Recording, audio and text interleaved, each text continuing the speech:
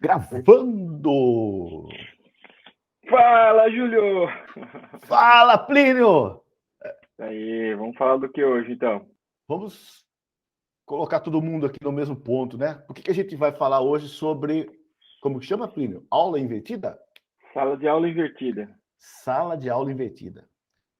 Há um tempo atrás, a gente estava conversando, né? E surgiu assim, como que a gente pode motivar os alunos? Como que se dá aula remota, né? Então, a gente estava, até para termos um papo com o Marcelo, vocês têm uma entrevista com o Marcelo aí também no nosso canal, né? Nós debatemos isso. Então, surgiu esse assunto, sala de aula invertida, e o Plínio já está bem acostumado a esse tipo de aula, né? E ele vai dar para a gente aqui uma visão geral, como que funciona sala de aula invertida. É isso, Plínio? É isso aí, vamos lá. Beleza. Vamos lá, então. A ideia, deixa eu dar uma ideia antes, depois eu tenho uma apresentaçãozinha aí, eu mostro o que eu tenho preparado. Mas a ideia é a seguinte, um princípio que eu acho até bem interessante. Cada aluno tem o seu tempo diferente de absorver o conteúdo, né, de entender as coisas e absorver. Tem alguns alunos que vão mais rápido, tem alguns alunos que são mais lentos, né, então precisam de mais tempo, precisam de mais repetição e tal, e outros alunos são mais rápidos. Numa sala de aula onde você faz uma exposição do conteúdo mesmo, na sala de aula tradicional, vamos dizer assim, né, o que é a sala de aula tradicional? O professor chega lá e ele faz uma exposição do conteúdo e aí depois os alunos fazem atividades, exercícios em casa, né, às vezes para entregar na aula seguinte e tal. Então, tradicionalmente é assim que os professores estruturavam suas aulas expositivas, né, que a gente fala de um para muitos, né? Então tem um professor passando aquele conteúdo para muitos alunos. Então, no momento de encontro ali, que seria o momento síncrono, que pode ser tanto presencial ou não presencial, o fato é que é síncrono, está todo mundo ali ao mesmo tempo. Tradicionalmente era essa exposição de conteúdo. E depois, no momento assíncrono, ou no momento onde o aluno está sozinho, ele fazia exercício. Tá? Só que se você parar para pensar, o primeiro problema desse modelo é que cada aluno tem o seu tempo diferente de absorver o conteúdo. Esse é o primeiro fato. Então, no momento síncrono de exposição do conteúdo, tem uns alunos que vão entender de primeira, vão entender mais rápido, vão achar a aula lenta, né? Enquanto que um outro grupo de alunos vai achar normal, está no ritmo certo. E um outro grupo de alunos vai achar que o professor está indo rápido demais, né? Ele não entendeu, ele queria repetir e tal. Então, vira aqui um conflito aí entre cada tipo de aluno e o professor. O professor ele tem que escolher uma velocidade para dar a aula, né? E se o aluno não pergunta, e às vezes não pergunta mesmo, né? Ele acaba indo rápido demais para alguns alunos, né? Ou lento demais para outros, e assim vai. Então, é meio que complicado esse momento de passagem de conteúdo, né?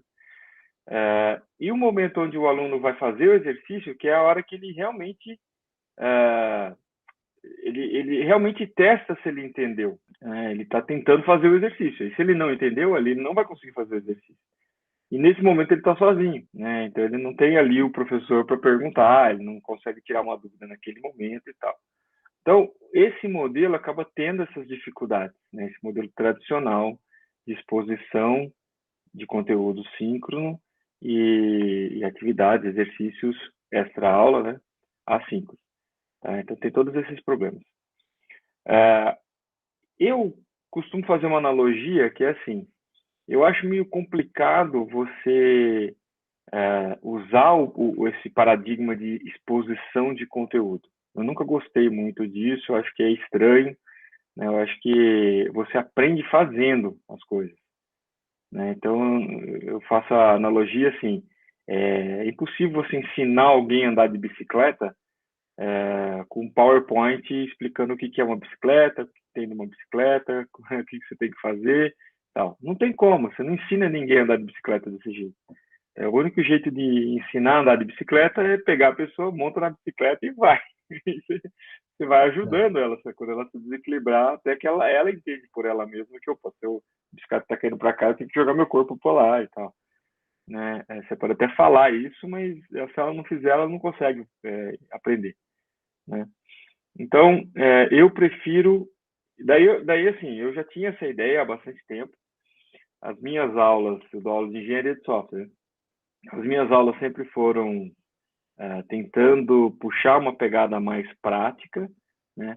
Mas durante muitos anos eu ainda usava o modelo tradicional de exposição de conteúdo. Então, ao longo do tempo, eu percebi que eu estava fazendo menos exposição de conteúdo e mais exercício. Tá?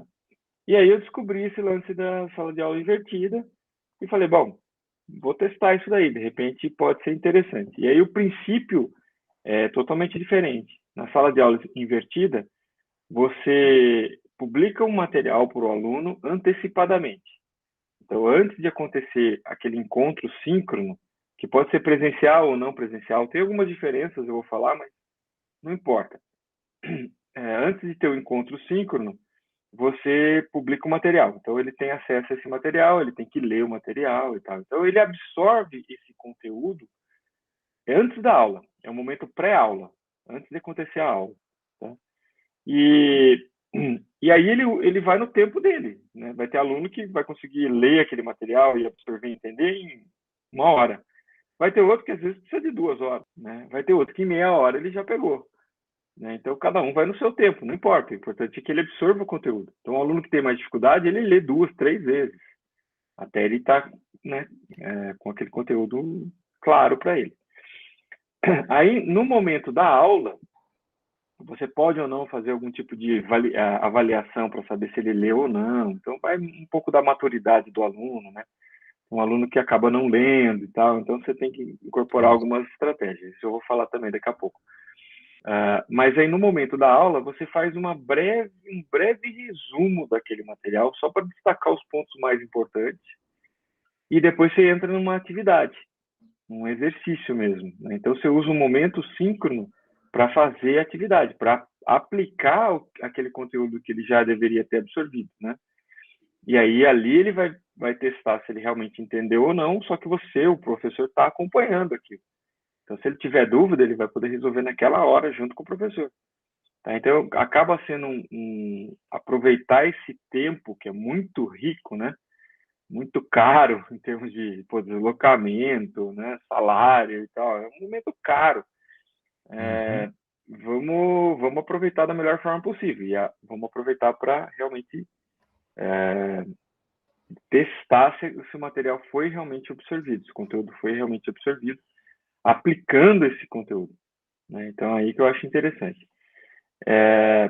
Bom, aí vem os detalhes, tal, que eu vou falar sobre a minha disciplina, sobre como eu aplico e tal, mas em linhas gerais é isso, né? Então tem o momento pré-aula, que eles absorvem o conteúdo, momento aula, e tem algumas coisas que é pós-aula, então pode ter alguma coisa pós-aula também, dependendo de como você está fazendo, dividindo, né, o material ao longo da semana. Tá, então é isso, linhas gerais, esse é o resumo. Agora vamos ver os detalhes, né, Júlio?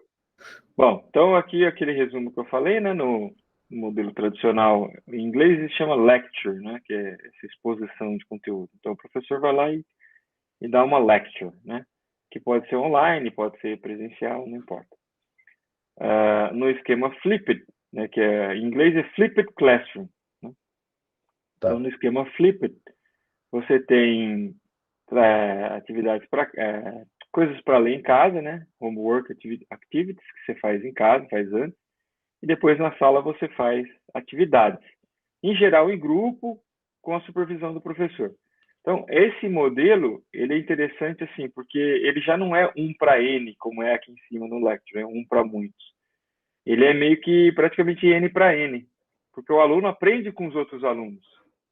Então, a hora que você está fazendo a atividade, principalmente se for em grupo, você vai discutir coisas e tal, o outro aluno entendeu um pouco diferente, ou leu uma parte um pouco diferente, ou pesquisou um negócio um pouco diferente, eles vão se ajudar. E como eles estão no mesmo nível, é muito mais fácil essa troca de informação entre eles, né, do que eles com o professor. Às vezes com o professor ele tem vergonha de perguntar, às vezes o professor acha fácil demais não ter paciência de explicar, aquelas coisas, né?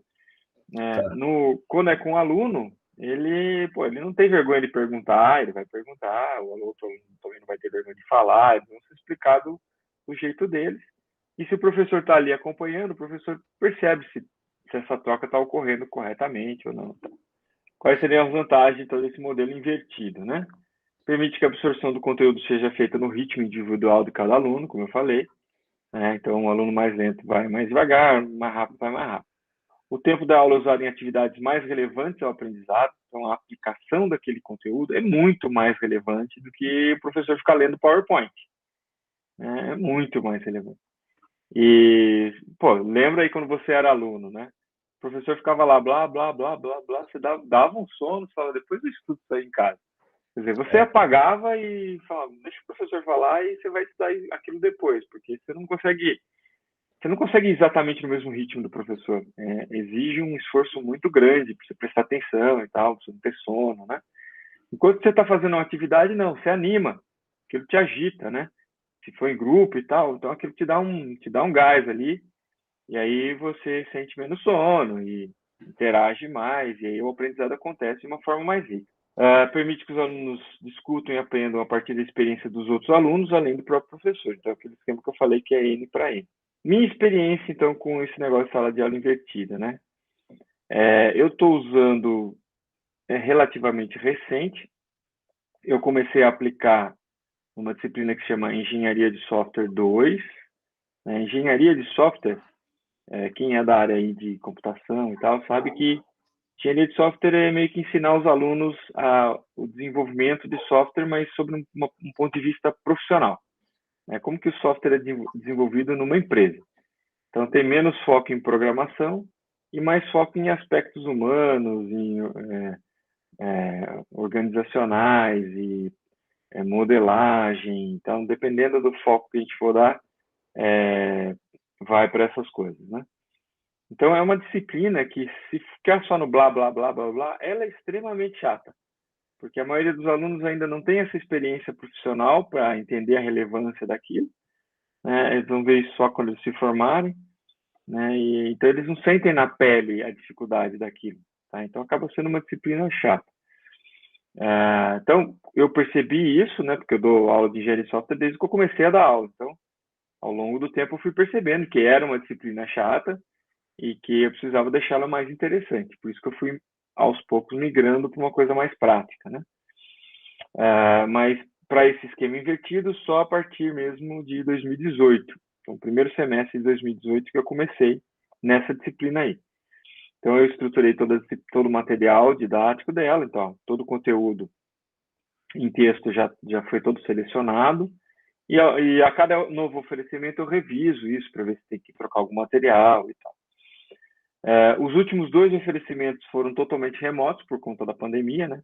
Então, eu ofereci presencial em 2018 e 2019 e remoto 2020 e 2021, que foi esse ano aqui no primeiro semestre. Tá. E aí, a Unicamp tem um esquema de 15 aulas, né? Ao longo do semestre. Então, são 4 horas aula para cada uma e 15 aulas ao longo do semestre. Nessa disciplina, eu não dou prova, né? Toda a avaliação é feita em cima dos relatórios das atividades que tem que ser feita em cada aula. E nesse caso específico de Engenharia de Software 2, também tem os questionários de avaliação pré-aula. Então, o aluno tem que ler o material e responder um questionário logo no início da aula para saber se ele leu ou não. Isso também vale na nota. Eu também comecei, aos poucos, a implantar o mesmo sistema no Engenharia de Software 1, que acontece no segundo semestre do ano. Aqui eu estava dizendo que ainda não está 100% sala de aula invertida, mas esse semestre eu estou dando a disciplina agora, né? Está acontecendo agora, nesse semestre. Então, eu já estou conseguindo fazer ela 100% sala de aula invertida também. Tá?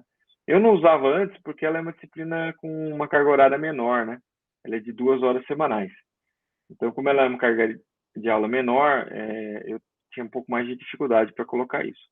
Mas agora, no esquema remoto, eu meio que quebro um pouco esse paradigma, né? Eu consigo usar as 2 horas ali de atividade e deixo um tempo a mais para os alunos entregarem as coisas. Então, eu acabo usando um tempo a mais até. E esse semestre eu tô em Engenharia de Software 1, inovando também, que eu estou gravando as aulas, né? As explicações de início da aula. Então, não tem uma explicaçãozinha dos pontos mais importantes.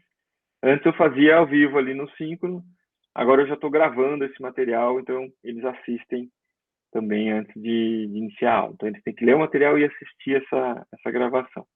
E aí, na aula síncrona, eu basicamente só uso o tempo para explicar o que eu quero da atividade. Então, o resultado tem sido bom, assim, né? Eu explico rapidamente o conteúdo, não gosto de não falar nada, né? Falar, é esse o assunto, mas os pontos importantes estão no vídeo que eu gravei, e a gente vai fazer a atividade. Daí eu vou para a atividade, explico a atividade, e aí eles começam a fazer a atividade. Tá? Então, essa é a minha experiência aí. Bom, tem alguns problemas, né? Não é assim, não são só flores, né? Primeira coisa, acho que nem está falando aí, mas dá bastante trabalho. Dá bastante trabalho começar, porque você tem que ter todo o material de leitura dos alunos, né? Todo o conteúdo assim que eles vão ler, previamente selecionado e disponibilizado para os alunos. Então, com pelo menos uma semana de antecedência. Então, se você vai dar pela primeira vez a disciplina, você tem que começar lá com 15 dias de antecedência, já preparando as aulas, porque uma semana antes do encontro síncrono, você já tem que estar com o material de leitura disponibilizado para os alunos, para eles terem uma semana pelo menos para ler, né? E aí no dia do encontro síncrono, você tem que estar com o material daquela aula, né, a atividade também já planejada para eles fazerem. Eu uso o Moodle, então é tudo pelo Moodle. Eles têm acesso ao conteúdo pelo Moodle e fazem as entregas das atividades também pelo Moodle. Então, e naquela semana que você deu aplicou a aula, né? Eles vão entregar um relatório. Aí você tem que ter um tempo para dar feedback no relatório também. Isso tem que ser semanal. Então, toda semana você tem que preparar e disponibilizar o conteúdo da aula da outra semana, né? Preparar a atividade da aula da outra semana, corrigir, corrigir o relatório da aula dessa semana e, se for o caso, preparar o vídeo da aula da próxima semana. Então é É, coisa pra caramba para fazer para uma disciplina só, né? Então, se você uhum. tiver mais de uma, vai ser uma loucura. Então, pelo menos na primeira vez que você está fazendo, você tem que considerar aí que é bastante trabalho. Por isso que eu fiz no esquema de Engenharia de Software 1, eu fui fazendo gradualmente. Tá? Então, não fiz de uma vez só, eu fiz gradualmente. No Engenharia de Software 2, eu fiz de uma vez só, lá no começo, porque eu já tinha, praticamente todo o material que os alunos iam ler, eu já tinha pronto. Então, foi mais uma questão de ir preparando as atividades, aula a aula, né? E corrigindo as entregas. Então, a primeira vez foi bastante trabalhoso. Depois dá uma diminuída, mas ainda continua. Então, vamos supor que na segunda vez já está tudo pronto. O que você tem que fazer? No meu caso, o que eu faço? Eu reviso as atividades, reviso o material que vai ser publicado para eles. Então, reviso sim, né? No caso do material didático, né, do conteúdo, dou uma olhada se é isso mesmo, se não tem alguma coisa melhor, troco o material e tal. Às vezes me dá louco, eu escrevo uma apostilinha. Então, assim, depende do tanto de tempo que eu tenho naquele semestre. E as atividades, não. Aí eu reviso mesmo para valer, ajusto. Teve que fazer ajuste por conta da pandemia, né? Passou do presencial para o remoto, então ajustei as coisas e tal. E todo ano, todo novo oferecimento, eu reviso para ver se não tem uma atividade melhor, se aquela atividade funcionou bem ou não e tal. Então, às vezes eu mudo a atividade de um ano para outro. Acontece. Tá? E aí a correção dos relatórios. Então, mesmo quando já tiver em fase, assim, rodando normal, já a segunda, terceira vez, ainda tem bastante trabalho para ser feito. Tá? É um negócio trabalhoso. Plínio, deixa eu fazer uma pergunta para você. O aumento de carga de trabalho é sua e do aluno também, né? Porque, vamos supor, se ele tinha 4 aulas lá, vamos imaginar que fossem 4 horas, né? Então, 4 horas ele estaria dedicado à sua disciplina. Porém, ele tem que ler o material antes para poder fazer essas 4 horas aí. Então, ele teria, por exemplo, umas 2 horas de leitura, mais 4 horas, 6 horas. É isso? O que eu considero, assim, aumenta um pouco, mas não é tanto assim. Eu diria que 1 hora, mais ou menos. Eles conseguem ler o material e se preparar em 1 hora. Eles precisam ter 1 horinha antes para fazer isso. E aí assistir o vídeo e tal, mais uma meia hora. Então, de 1 hora a 1 hora e meia de preparação prévia. E aí a atividade, em geral, dá tempo deles fazerem no tempo da aula, né? Tem grupo e tal, então eles conseguem fazer. Quando é presencial, eu meio que forço eles a fazerem a entrega durante a aula. Então, antes de ir embora para casa, faz a entrega do relatório. Para não sobrar coisa para fazer em casa e ter essa dificuldade de não ter o tempo de ler e se preparar para a próxima aula. Então, quando é presencial, eu forço eles a entregarem durante a aula. E até ter o esquema da pressão do tempo, como uma parte faz parte da disciplina, né? Engenharia de software, desenvolvimento profissional, tem pressão de tempo. Então, eu faço isso. Quando como está no remoto agora, eles acabam fazendo a grande parte mesmo durante a aula, mas eu não forço a entrega. Pega aí, se eles quiserem, sabe, dar uma polida ali no relatório, usa um tempinho depois e tal. Então, assim, não sobra muita coisa para eles fazerem depois, mas eles têm o tempo de dar aquela melhorada para entregar a minha aula de segunda e eu deixo eles entregarem na quinta. Aí eu dou o feedback na sexta. Então, e assim vai. Tá? Tá. Então, assim, você tem razão. Aumenta um pouco a carga de trabalho para o aluno também. Tá? Mas, por outro lado, eles aproveitam muito mais. Né? Então, acho que acaba compensando. Eu, lá para trás, no começo, eu cheguei a ter algumas reclamações desse tipo. Tá muito difícil de ler e tal, não tá dando tempo. Os alunos deram uma reclamada lá para trás. Na primeira, na segunda vez, na primeira vez, na verdade, que eu usei essa metodologia. Aí, o que eu fiz para contornar esse problema? Junto com o material que eu disponibilizo para o aluno, eu disponibilizo um guia de leitura.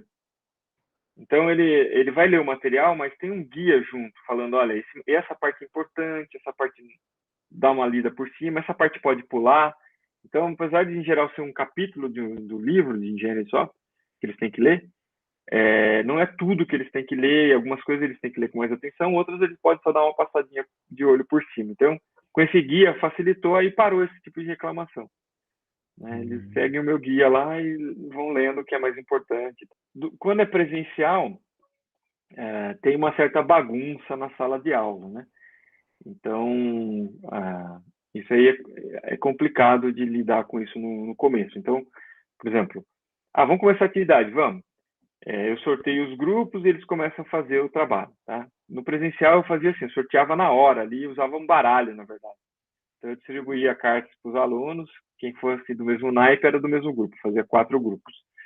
No remoto, eu não estou fazendo assim, primeiro porque as turmas ficaram maiores, a gente teve mais vagas, abriu mais vagas de alunos, então as salas cresceram, né? Antes eram 32, 36 alunos, assim, em sala de aula. Agora está passando de 40, 48, 50 alunos. Então não dá para fazer só 4 grupos e mexer um pouco nessa dinâmica. Então agora eu uso o próprio Moodle para sortear os grupos. Então eu sorteio 5, 6 grupos, né? O próprio Moodle sorteia. Então já não tem mais essa dinâmica aí. Mas no presencial tem uma certa bagunça na sala, né? E aí começa aquele zum, zum, zum, e aí vem todo mundo perguntar coisa, aí você tem que dar um recado, tem que gritar para todo mundo. Então, aí eu falei, não dá certo. Aí que eu fiz? Cada grupo tem um líder. E o líder, ele é responsável por coordenar as atividades no grupo. Tá? Então, isso é importante também, faz parte da disciplina, porque todo o processo, todo o trabalho de projeto de desenvolvimento de software tem um gerente. Tem um gerente, tem um líder técnico, tem um Scrum Master, tem alguém que lidera. Então, isso também eu fiz de propósito, tanto para me ajudar a controlar essa bagunça, quanto como sendo uma motivação para o aluno aprender a liderar. E aí que eu faço? A comunicação é sempre com os líderes. Então, se eu preciso dar um recado para a sala toda, eu não grito para a sala toda, eu chamo os líderes. Daí eles vêm falar comigo, tem 4, 5 líderes no máximo, eu passo o recado para eles e controlo a bagunça desse jeito. Questão em sala de aula presencial, às vezes dá para ver que um ou outro aluno não está participando e tal. Então eu não dou bronca no aluno, eu chamo o líder. Falo, se o fulano não participar, eu vou tirar a nota do grupo. Aí pronto, resolveu. A moeda de troca. Vamos lá, né? E daí o próprio colega cobra, né? No remoto, como eu não estou vendo eles fazendo as atividades, o líder tem que reportar se teve alguém que não participou da atividade. Então, o aluno não apareceu, eles marcaram lá uma reunião entre eles e o aluno não apareceu. Então, o líder é obrigado a reportar no relatório.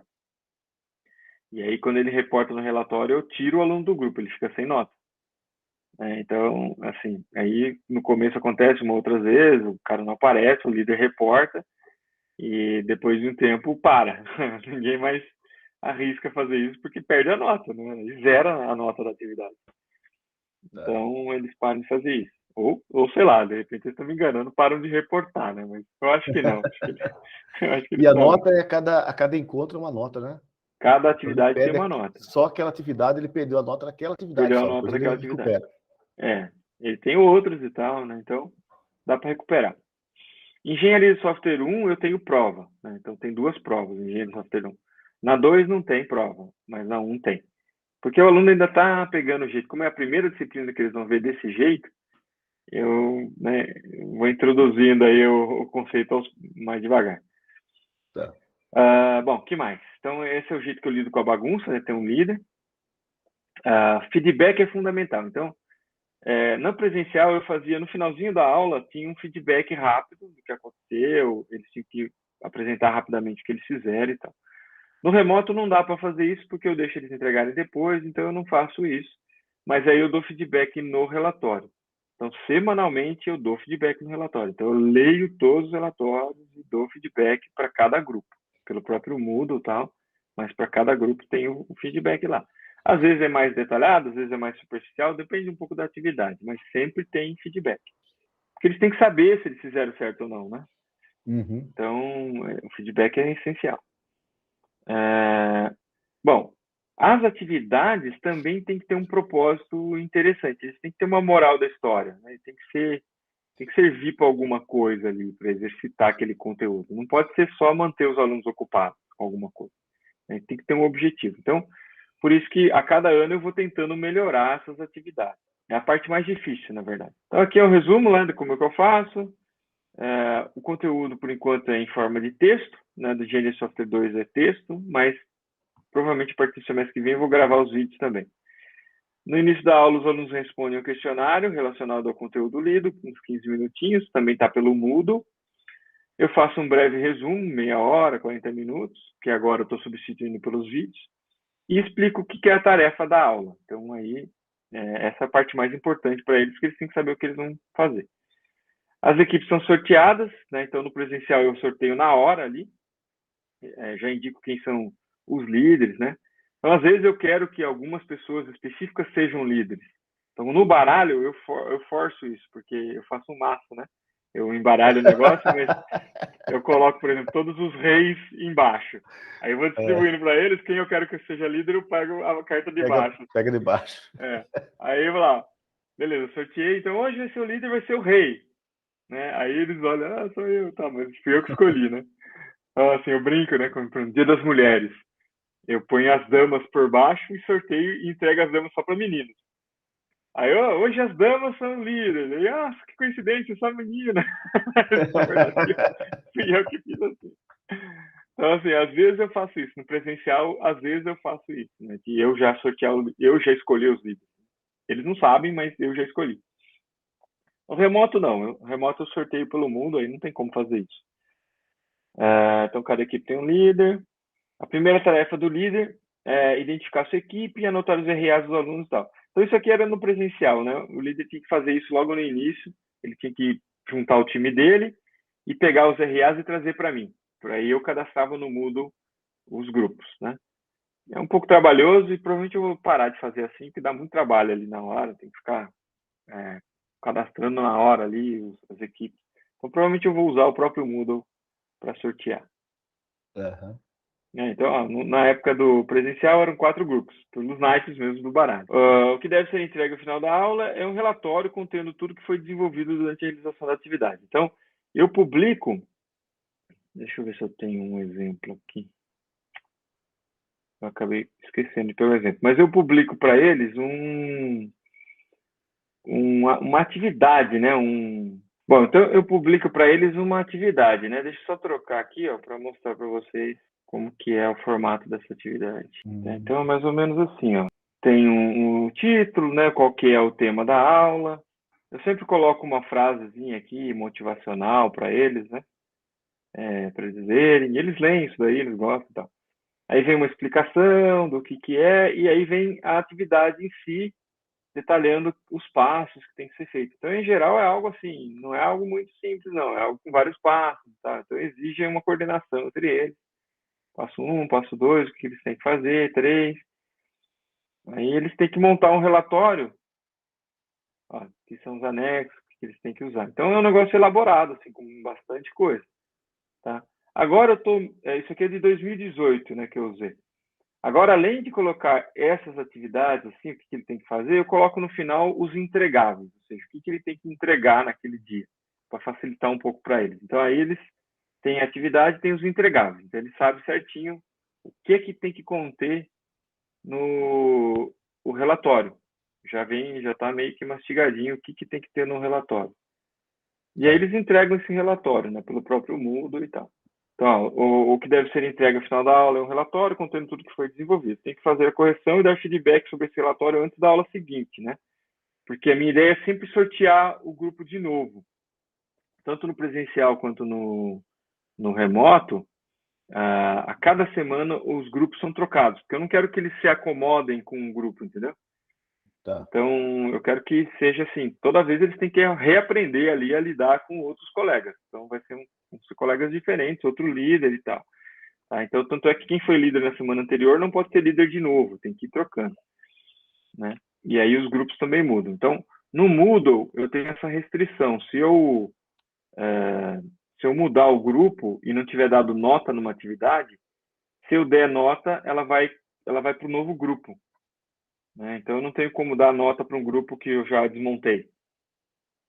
Então, eu tenho que dar a nota pelo feedback e a nota, né, pelo Moodle antes de trocar os grupos. Por isso que eu sou obrigado a realmente dar esse feedback semanal, né? Então, eu acabo criando aí um ritmo forte de trabalho até para mim, né, para eu fazer isso daí, tá? Então, ó, isso aqui é pelo Moodle, né? Toda a aula está dividida assim, ó, a data, qual é o tema da aula, o que eles têm que fazer no pré-aula, né, que seria o questionário. A aula tem o conteúdo já publicado e a atividade daquela aula, com o enunciado da atividade, com o link de entrega. Isso vai aula a aula, assim, o semestre inteiro já está preparado dessa forma. Bom, quais são os desafios, então, né, de fazer isso? Primeiro, preparar o conteúdo para ser disponibilizado antecipadamente. Então, ler, ver o que vai ser, fazer o guia de leitura, se for o caso, né? Ou algumas aulas eu tenho a apostila que eu preparei, o artigo que é para eles lerem, então eu tenho que selecionar os artigos e tal. Vídeos online ainda são poucos, né? Para Engenharia de Software 2 tem um ou outro que eu coloquei lá, não são nem meus, são de coisas que eu achei que são interessantes.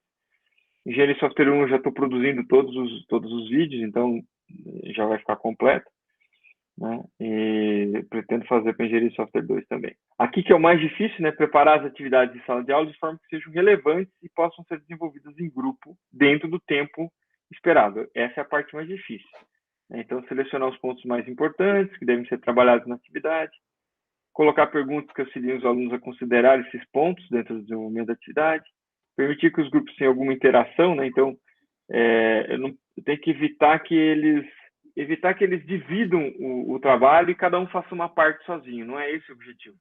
Então, eu tenho que ficar pensando nisso, porque eles têm a tendência a fazer isso, né? Então, tem, sei lá, 6 pessoas no grupo, 7.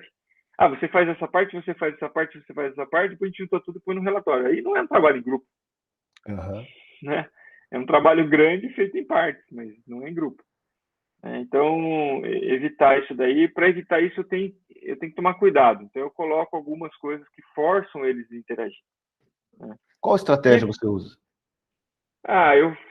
Eu faço assim, cada um, eles têm que definir algum tipo de papel, e aí o que um faz, o outro tem que validar, né? Ou tem que, na hora que ele entrega, um depende do trabalho do outro, então eles têm que discutir. Tá? Então, eles não conseguem simplesmente dividir, cada um faz o seu. Existe uma certa interação. Mas é difícil. Cada aula eu tenho que ficar pensando nisso. Às vezes eu não consigo, aí no outro ano eu tenho que rever. E evitar coisas que é só manter eles ocupados. Então, por exemplo, tá aqui uma série de perguntas, responde essas perguntas. Então, não pode ser assim, né? Então, e às vezes acontece, às vezes você não consegue ter a imaginação de bolar um negócio diferente. Então, por exemplo, eu tinha uma aula sobre Scrum. E aí minha aula sobre Scrum tava isso, era um questionário que eles tinham que responder, tinha 15 perguntas. Aí, esse ano eu falei, tá ruim isso aí, né? Vamos melhorar isso. Aí que eu fiz? Eles têm que aplicar o Scrum, esse ano passado eu já fiz essa mudança. Eles têm que aplicar a metodologia Scrum, que é uma metodologia de gestão de projetos ágeis, e desenvolver, aplicando as técnicas do Scrum, responder as perguntas. Então, na verdade, as perguntas passaram a ser uma parte da metodologia, é usado dentro da metodologia. Então, eles têm que aplicar a metodologia. As perguntas são sobre Scrum também, mas não é esse o objetivo principal, é aplicar a metodologia para responder. Então, eles têm que fazer as reuniões que estão previstas no Scrum, a estimativa de esforço e tal, então mudou totalmente, né? Só que eu demorei duas vezes, eu apliquei essa atividade para entender que, pô, dá para fazer melhor e eu mudei. Então eu vou fazendo isso todo semestre, eu vou mexendo.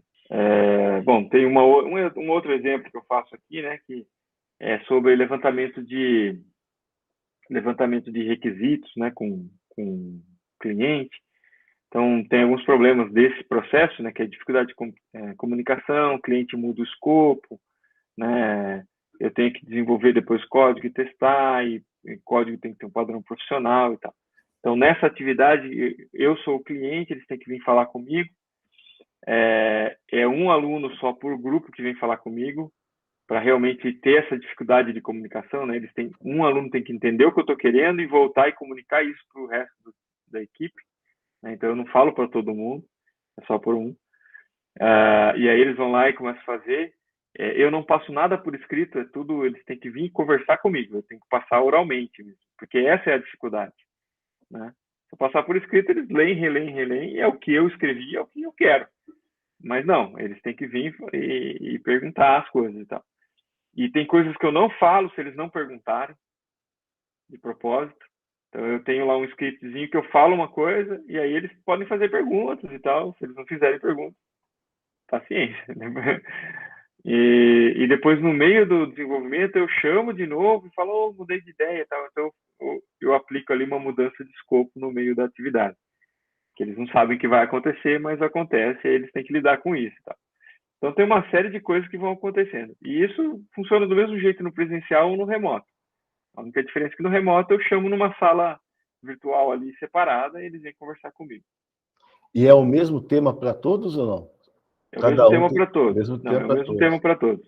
Eles vêm, conversam comigo, é o mesmo tema e vão embora e tem que fazer. Tá. Beleza. Então, outros desafios, né? Procurar garantir o engajamento de todos os alunos. Então, isso aí é um pouco complicado, mesmo no presencial. Às vezes tem um ou outro aluno que não está participando e tal. Então, a cada vez que eu aplico isso, eu vou tentando melhorar esse jeito de fazer.